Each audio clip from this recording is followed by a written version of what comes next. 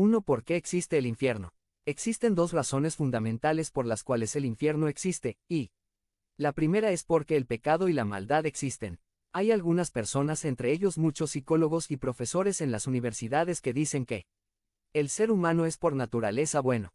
Con esto ellos quieren decir que las personas siempre buscan hacer el bien a los demás, que no son egoístas, que son considerados con otros, que piensan en el bienestar de su prójimo. Yo me pregunto, ¿nunca habrán visto las noticias en la TV? ¿Nunca habrán escuchado las noticias en la radio? ¿Nunca habrán leído el periódico? El mundo en el que vivimos está sumergido en la maldad, promesas rotas, relaciones rotas, abusos, violaciones, asesinatos, drogas, niños explotados laboral y sexualmente, terrorismo, personas que se atan bombas a sí mismos para asesinar a sus enemigos o estrellan aviones en edificios llenos de gente inocente. Ilustraciones. 1. El viernes en las noticias salió que acaban de condenar a cadena perpetua a un joven que hoy tiene 18 años de edad, pero que cuando tenía 14 años solamente, asesinó a sangre fría con más de 40 puñaladas a uno de sus amigos de la misma edad en el baño de su escuela. Y que además, tenía una lista de personas a las que pretendía asesinar después y su propia hermana era la primera de esa lista. Dígame si no existe el pecado y la maldad.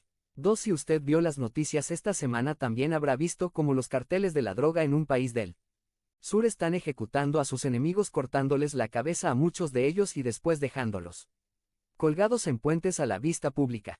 Dígame si no existe el pecado y la maldad. 3. Vemos cómo. Hazte miembro del canal y ayúdanos a difundir la palabra de Dios por el mundo. Son Mar 17 2024.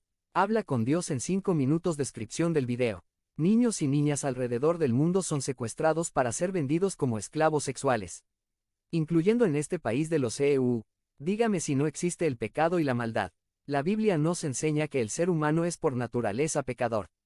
Hemos heredado esa naturaleza pecadora de Adán y Eva. Somos personas egoístas que solo pensamos en nosotros mismos, en nuestra propia comodidad, en nuestro propio pellejo, y esto nos catapulta a hacer lo malo delante de Dios.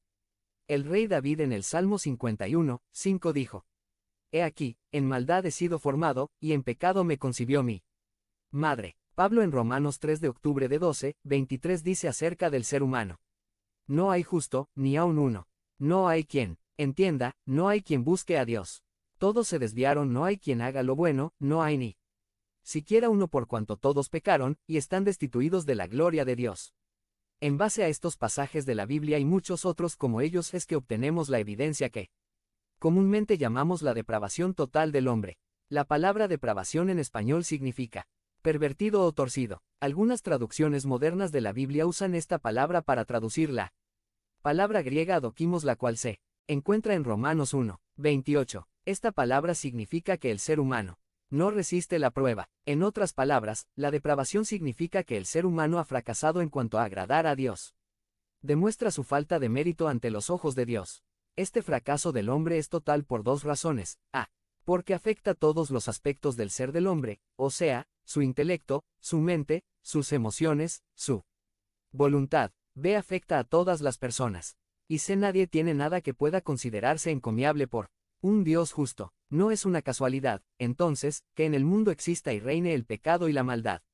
Ahora, quiero que me ponga atención en lo siguiente que voy a decir. El concepto de la depravación total del hombre no significa a que cada persona haya exhibido su depravación al máximo de lo que es capaz. Ve que los pecadores no tengan una conciencia o referencia innata concerniente a Dios. Sé que los pecadores incurrirán en toda forma de pecado, o de que las personas depravadas no hagan acciones que son buenas a la vista de otros y aún a la vista de Dios.